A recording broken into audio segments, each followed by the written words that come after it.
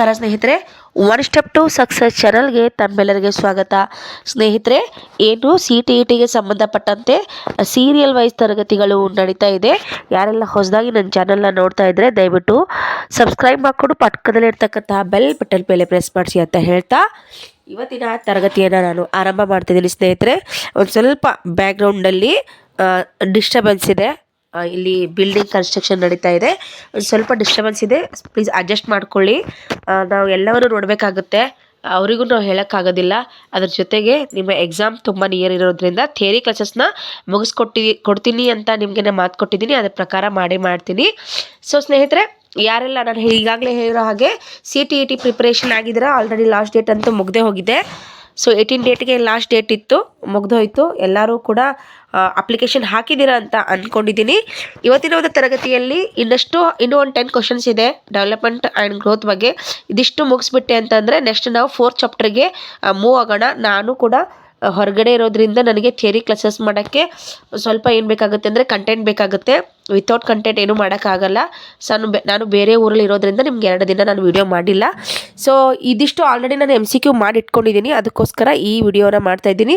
ಇದಿಷ್ಟಾದರೆ ನಿಮಗೆ growth and development ಕಂಪ್ಲೀಟಾಗಿ ಮುಗ್ದು ಹೋಗುತ್ತೆ. ಈಗ ಗ್ರೋತ್ ಆ್ಯಂಡ್ ಡೆವಲಪ್ಮೆಂಟ್ ಬಗ್ಗೆ ಏನೇ ಕ್ವಶನ್ ಕೇಳಿದ್ರು ಕೂಡ ನೀವು ಆನ್ಸರ್ ಮಾಡೋ ಹಾಗಾಗಿರ್ತೀರ. ಅದ್ರ ಜೊತೆಗೆ ಯಾರು ಹೊಸದಾಗಿ ನೋಡ್ತಿದ್ದೀರಲ್ವ, ನಾನು ಆಲ್ರೆಡಿ ಪ್ಲೇ ಲಿಸ್ಟ್ ಮಾಡಿದ್ದೀನಿ, ಕ್ಲಾಸ್ 1, ಕ್ಲಾಸ್ 2, ಕ್ಲಾಸ್ 3 ಅಂತ. ಸೊ ಸೀರಿಯಲ್ ಆಗಿ ನೋಡ್ತಾ ಬನ್ನಿ, ನಿಮ್ಮ ಎಕ್ಸಾಮಲ್ಲಿ ಸಕ್ಸಸ್ ಕಾಣ್ತಿ ಅಂತ ತಿಳಿಸ್ತಾ ಸೊ ತರಗತಿನ ಸ್ಟಾರ್ಟ್ ಮಾಡ್ತಿದ್ದೀನಿ. ವಿಡಿಯೋನ ಪಾಸ್ ಮಾಡಿ ಆನ್ಸರ್ ಮಾಡೋಕ್ಕೆ ಟ್ರೈ ಮಾಡಿ ಅಂತ ತಿಳಿಸ್ತಾ ಫಸ್ಟ್ ಕ್ವಶನ್ನ ನೋಡಿ ಸ್ನೇಹಿತರೆ, ನಾನು ಕೇಳ್ತಾ ಇದ್ದೀನಿ. Why is the knowledge of the principles of growth and development important for teachers?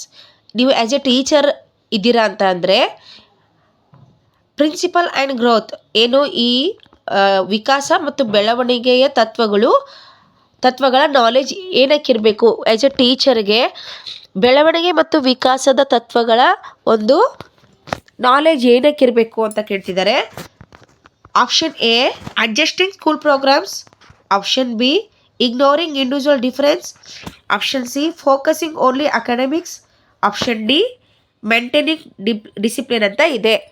ನೋಡಿ ಸ್ನೇಹಿತರೆ, ಯಾರಿಗೆಲ್ಲ ಆನ್ಸರ್ ಗೊತ್ತಿದೆಯೋ ವಿಡಿಯೋ ಪಾಸ್ ಮಾಡಿ. ವೆರಿ ಈಸಿ ಕ್ವಶನ್ ಇದೆ ಇದು. ನೋಡಿ, ಇದಕ್ಕೆ ಸರಿಯಾದಂಥ ಉತ್ತರ ಅಡ್ಜಸ್ಟಿಂಗ್ ಎ ಸ್ಕೂಲ್ ಪ್ರೋಗ್ರಾಮ್ಸ್. ಒಂದು ಮಗುವಿನ ನಮಗೆ ಡೆವಲಪ್ಮೆಂಟ್, ವಿಕಾಸ ಆಗಲಿ ಅಥವಾ ಬೆಳವಣಿಗೆ ಆಗಲಿ ಗೊತ್ತಿದ್ದಾಗ ಮಾತ್ರ ನಾವು ಆ ಸ್ಕೂಲಲ್ಲಿರ್ತಕ್ಕಂಥ ಕರಿಕ್ಯುಲಮ್ ಆಗಿರ್ಬೋದು ಅಥವಾ ಪ್ರೋಗ್ರಾಮ್ಸ್ಗಳಾಗಿರ್ಬೋದು, ಇಡೀ ಸಂಪೂರ್ಣವಾದ ಪಠ್ಯಕ್ರಮವನ್ನು ರಚನೆ ಮಾಡಲಿಕ್ಕೆ ನಮಗೆ ಇದರ ಒಂದು ಪ್ರಿನ್ಸಿಪಲ್ಸ್ ಅವಶ್ಯಕತೆ ಇದೆ. ಆ್ಯಸ್ ಎ ಟೀಚರ್ಗೆ ಬೆಳವಣಿಗೆ ಮತ್ತು ವಿಕಾಸದ ಜ್ಞಾನ ಇದ್ದಾಗ ಮಾತ್ರ ನಾವು ಪ್ರೋಗ್ರಾಮ್ಸ್ನ ಅಡ್ಜಸ್ಟ್ ಮಾಡೋಕ್ಕೆ ಆಗುತ್ತೆ. ಓಕೆ, ಸೊ ನೆಕ್ಸ್ಟ್ ಪ್ರಶ್ನೆಗೆ ಹೋಗೋಣ.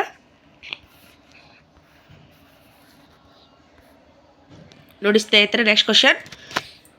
What does the principle of a cumulative development imply? ಏನು ನೋಡಿ, what does the principle of cumulative development imply ಅಂತ ಕೊಟ್ಟಿದ್ದಾರೆ. ಡೆವಲಪ್ಮೆಂಟ್ ಈಸ್ ಎನ್ ಅಡಕ್ಟಿವ್ process. Development is an isolated. Development is a predictable. Development is a abrupt ಅಂತ ಕೊಟ್ಟಿದ್ದಾರೆ. Okay, ಇದರ ಪ್ರೊನೌನ್ಸಿಯೇಷನ್ನು ನೋಡಿ abrupt ಅಂತ ಆಗುತ್ತೆ. ಇಲ್ಲ ಪ್ರೊನೌನ್ಸಿಯೇಷನ್ ನಿಮ್ಗೆ ಗೊತ್ತಿದ್ದರೆ ನೀವು ಏನು ಕಮೆಂಟ್ ಮೂಲಕ ಕನ್ನಡದಲ್ಲಿ ಬರೆದು ತಿಳಿಸಿ. ನನಗೆ ಓದಿರೋದು ಕರೆಕ್ಟಾಗಿದೆ ಅಂತ ಅಂದ್ಕೊಂಡಿದ್ದೀನಿ. ಓಕೆ, ಸೊ ನೋಡಿ ಇಲ್ಲಿ ಕ್ಯುಮ್ಯುಲೇಟಿವ್ ಅಂತ ಅಂದರೆ ಅಡಿಟಿವ್ ಅಂತ ಆಗುತ್ತೆ ಸ್ನೇಹಿತರೆ. Development is in a additive process. ಹೇಗೆ ನಾವು ಹಂತವಾಗಿ ನಮ್ಮ ವ್ಯಕ್ತಿತ್ವದಲ್ಲಿ ಬೆಳವಣಿಗೆ ಮತ್ತು ವಿಕಾಸ ಹೊಂತ ಒಳ್ಳೆಯ ನೈತಿಕತೆಗಳನ್ನು ಎಡಿಟಿವ್ ಮಾಡ್ತಾ ಹೋಗ್ತೀವಿ ಅಥವಾ ಒಳ್ಳೆಯ ವಿಚಾರಗಳನ್ನು ಎಡಿಟಿವ್ ಮಾಡ್ತಾ ಹೋಗ್ತೀವಿ. ಹಾಗಾಗಿ development is N additive process ಅಂತ ಹೇಳ್ಬೋದು. ಓಕೆ, ಅರ್ಥ ಆಯಿತು ಅಂತ ಅಂದ್ಕೊಂಡಿದ್ದೀನಿ. ಸೊ ನೆಕ್ಸ್ಟ್ ಪ್ರಶ್ನೆಗೆ ಹೋಗೋಣ.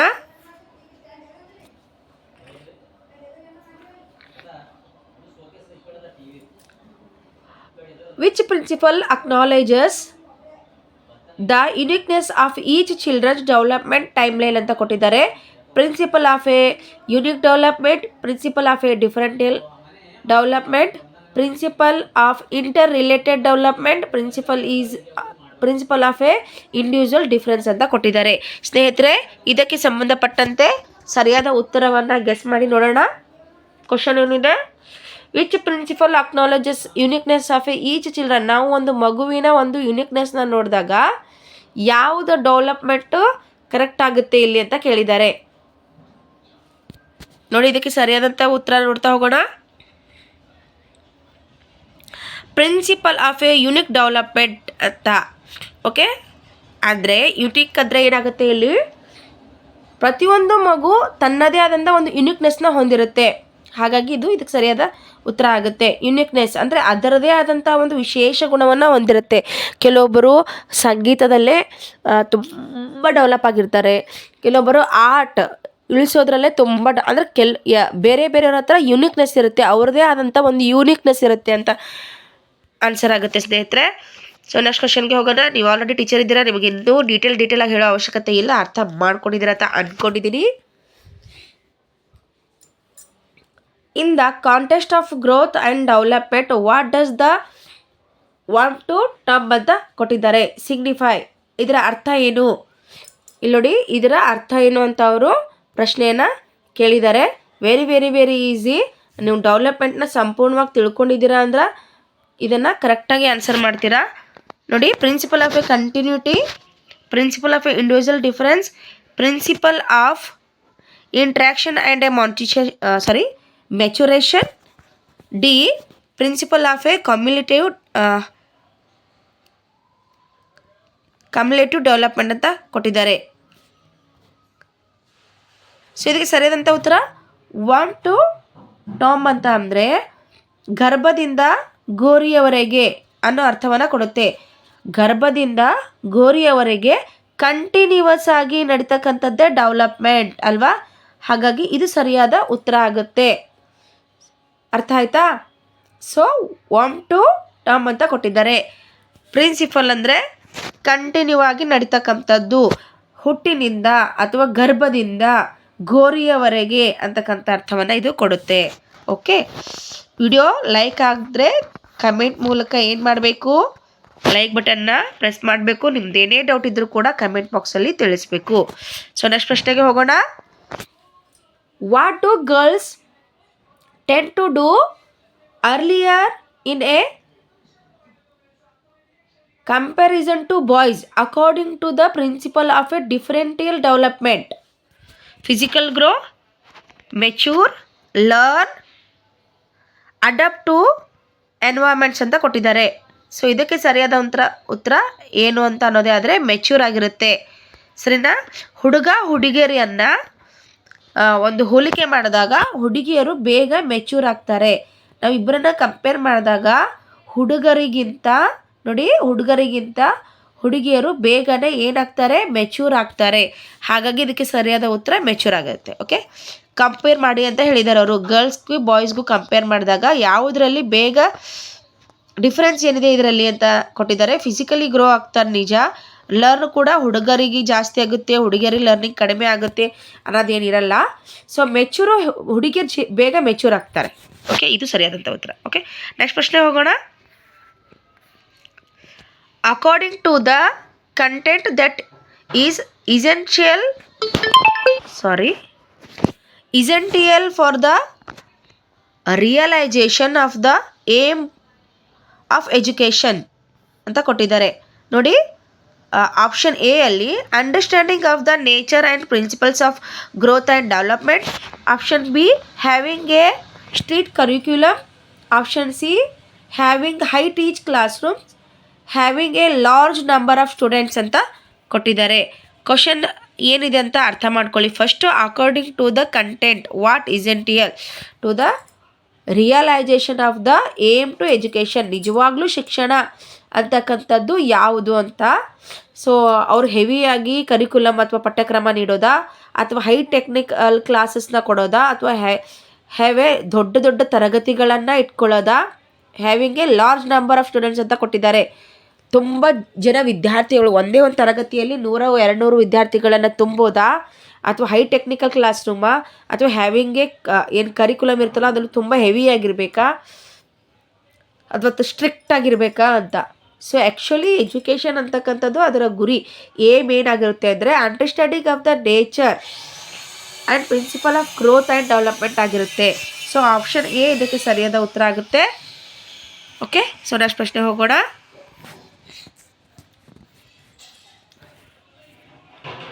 What helps teachers and parents treat children ಸಿಂಪಥೆಟಿಕ್ಲಿ?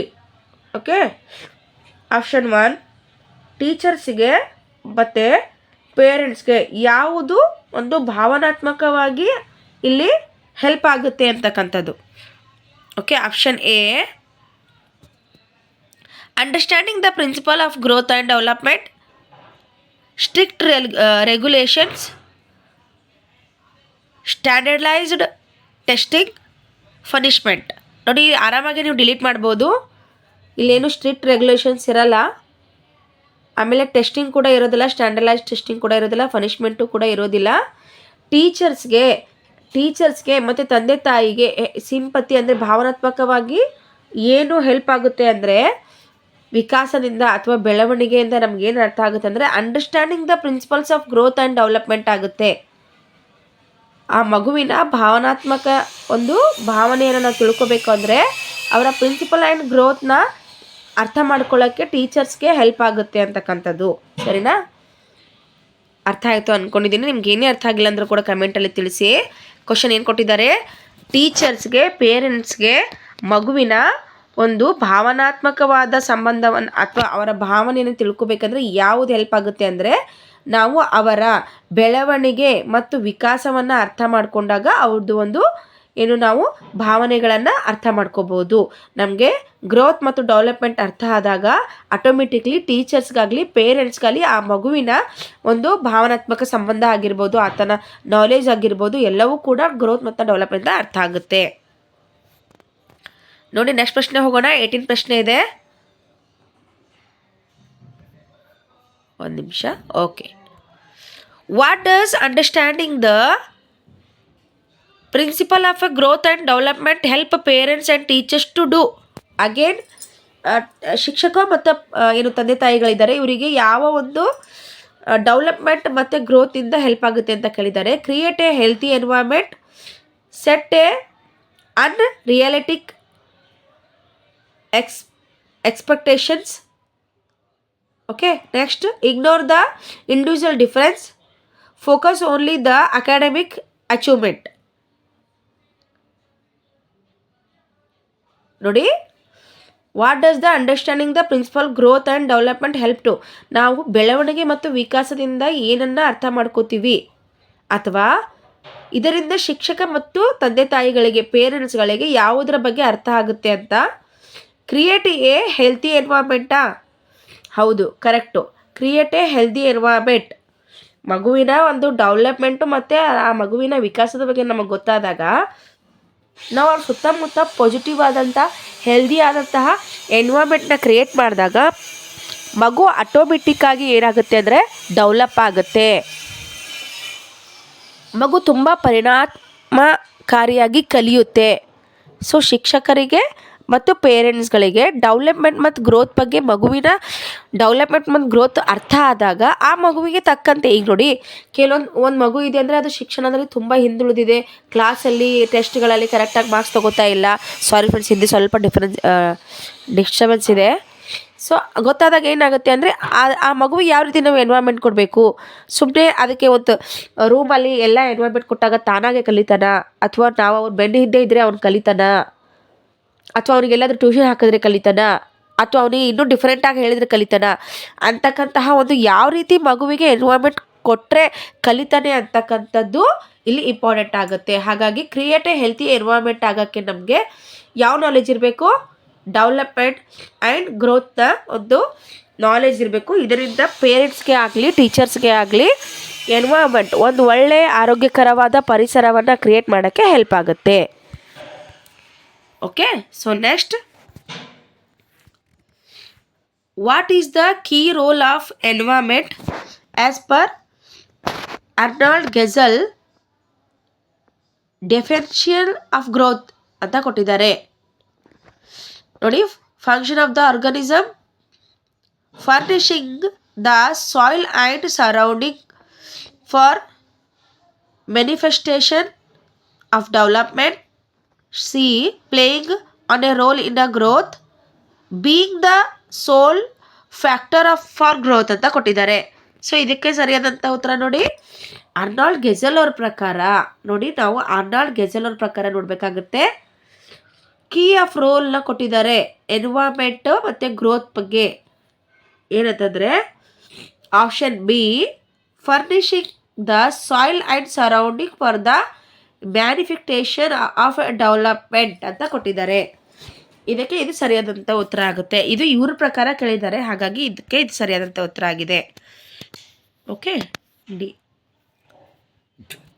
Last question ಅನ್ಕೋತೀನಿ, ಮೇ ಬಿ 2 ಕ್ವಶನ್ಸ್ ಇರ್ಬೋದು ಇನ್ನು. What is the ultimate aim of understanding principle of growth and development in education? ನೋಡಿ, what is the ultimate aim, ಬೆಳವಣಿಗೆ ಮತ್ತು ಏನು ವಿಕಾಸದ ultimate aim ಏನು ಅಂತ ಕೊಟ್ಟಿದ್ದಾರೆ. Option A, building competent and able children, getting high score in exams, strict discipline in a classrooms, creating a competitive environment ಅಂತ ಕೊಟ್ಟಿದ್ದಾರೆ.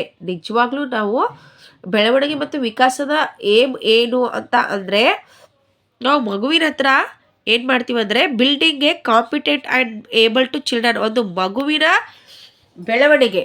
ಬಿಲ್ಡಿಂಗ್ ಅಂದ್ರೇನು, ಆತನ ಬೆಳವಣಿಗೆ, ಅದ್ರ ಜೊತೆಗೆ ಈಗ ಸಮಾಜದಲ್ಲಿ ಏನು ಕಾಂಪಿಟೇಷನ್ ನಡೀತಾ ಇದೆಯಲ್ಲ ಅದಕ್ಕೆ ತಕ್ಕ ಹಾಗೆ ಆ ಮಗುವಿನ ಏಬಲ್ ಮಾಡ್ತೀವಿ. ಎಲ್ಲವನ್ನು ಎದುರಿಸಿ ನಿಂತಕ್ಕಂತಹ, ಅದನ್ನು ಮುಂದಾಲೋಚನೆ ಮಾಡ್ತಕ್ಕಂಥ ಒಂದು ಎಬಿಲಿಟಿನ ಮಗುವಿನ ಹತ್ರ ಬೆಳೆಸ್ತೀವಿ. ಅದು ಇಂಪಾರ್ಟೆಂಟ್ ಆಗಿರುತ್ತೆ. ಓಕೆ, ಸೊ ಅದಕ್ಕೆ ಸರಿಯಾದ ಉತ್ತರ ಆಗುತ್ತೆ. Okay, what does the term growth and generally refers to? General ಆಗಿ ಬೆಳವಣಿಗೆ ಅಂದರೆ ಏನು? ಇದಕ್ಕಂತೂ ನೀವು ಆನ್ಸರ್ ಮಾಡಲೇಬೇಕು. ಓಕೆನಾ? ಜನರಲಿ ಕೇವಲ ಬೆಳವಣಿಗೆ ಅಂದರೆ ಏನು? Increase in size, length, height and weight, mental maturation, social skills, emotional stability ಅಂತ ಕೊಟ್ಟಿದ್ದಾರೆ.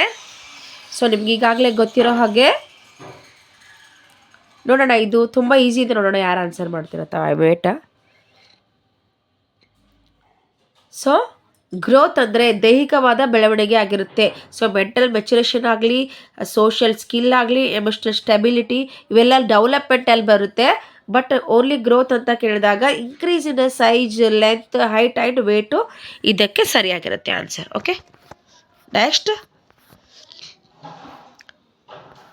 Is growth. ಆನ್ಸರ್ ಕಾಣಿಸ್ತಾ, ಸಾರಿ. ಓಕೆ, ನಾನು ಏನು ಮೊದಲೇ PDF ಮಾಡಿದ್ದಲ್ಲ ಅದೇ PDF ಇನ್ನೂ ಮುಗ್ದಿರಲಿಲ್ಲ, ಹಾಗಾಗಿ ನಾನು ಇನ್ನೂ ಅದನ್ನು ಚೇಂಜ್ ಮಾಡಿಲ್ಲ. ಈಗ ಮಾಡ್ತೀನಿ ಸ್ನೇಹಿತರೆ. Okay, is a growth a continue process? ಹೌದೋ ಅಲ್ವೋ? ನೋ ಅಲ್ವಾ? ಈಗಾಗಲೇ ಆನ್ಸರ್ ನೋಡಿದ್ದೀರಾ ನೀವೆಲ್ಲರೂ. ಗ್ರೋತ್ ಅಂತದ್ದು ಕಂಟಿನ್ಯೂ ಅಲ್ಲ, ಡೆವಲಪ್ಮೆಂಟ್ ಅಂತಕ್ಕಂಥದ್ದು ಕಂಟಿನ್ಯೂವಸ್ ಆದಂಥದ್ದು. ಓಕೆ, ಸೊ ಇದು ಇವತ್ತಿನ ತರಗತಿ ಆಗಿತ್ತು. ನಾನು ಈ ಕ್ಲಾಸ್ ಮುಗಿದ ಮೇಲೆ may be 6 or 7 o'clock theory class. Next 4th chapter ಇದೆ, ಪಿಯಾಜೆ ಅವ್ರದ್ದಿದೆ. ಓಕೆನಾ? ಪಿಯಾಜೆ ಅವ್ರದ್ದು 4th ಚಾಪ್ಟರಲ್ಲಿ ಬರ್ತಕ್ಕಂಥದ್ದು. ಇನ್ನು ಮುಂದೆ ಎಲ್ಲ ಥಿಯರಿ ಬರುತ್ತೆ. ಪಿಯೋಜ್ ಆಗಿರ್ಬೋದು, ಕೊಯಿಲ್ಬರ್ಗ್ ಆಗಿರ್ಬೋದು, ಅವರೆಲ್ಲರ ಕಾನ್ಸೆಪ್ಟ್ಗಳನ್ನು ತೊಗೊಂಡು ಬರ್ತಾ ಇದ್ದೀನಿ. ಆಲ್ರೆಡಿ ಗ್ರೋತ್ ಆ್ಯಂಡ್ ಎನ್ವೈರ್ಮೆಂಟ್ ಮುಗ್ದಿದೆ, ಇನ್ಫ್ಲುಯೆನ್ಸ್ ಗ್ರೋತ್ ಆ್ಯಂಡ್ ಡೆವಲಪ್ಮೆಂಟ್ ಮುಗ್ದಿದೆ ಅಲ್ವಾ? ಇದೆಲ್ಲ ಮುಗ್ದಿದೆ. ಸೊ ಇವಾಗ ಏನೂ ಇಲ್ಲ, ಥಿಯರೀಸ್ ತೊಗೊಂಡು ಬರೋದಿದೆ. ಸೊ ಇಷ್ಟು ಕ್ವಶನ್ಸ್ ಇತ್ತಿದ್ರ ಮೇಲೆ ನಿಮಗೆ ತಿಳಿಸ್ಬೇಕಾಗಿತ್ತು. ಇವತ್ತಿಗೆ ಇದು MCQs ಮುಗಿಯುತ್ತೆ. ನಾವು ಥಿಯರಿ ವೈಸ್ ನೋಡ್ತಾ ಹೋಗೋಣ. ಸೊ ವಿಡಿಯೋ ಇಷ್ಟ ಆಗಿದ್ದರೆ ಲೈಕ್ ಮಾಡಿ, ನಿಮ್ಮ ಅನಿಸಿಕೆಗಳನ್ನು ಕಮೆಂಟ್ ಮೂಲಕ ತಿಳಿಸಿ. ಯಾರೆಲ್ಲ ಪ್ರಿಪ್ರೇಷನ್ ಆಗ್ತಿದ್ದಾರೆ CTETಗೆ ಅವ್ರಿಗೆ ಶೇರ್ ಮಾಡಿ ಅಂತ ಹೇಳ್ತಾ ವಿಡಿಯೋನ ಮುಗಿಸ್ತಾ ಇದ್ದೀನಿ. Thank you so much watching this video.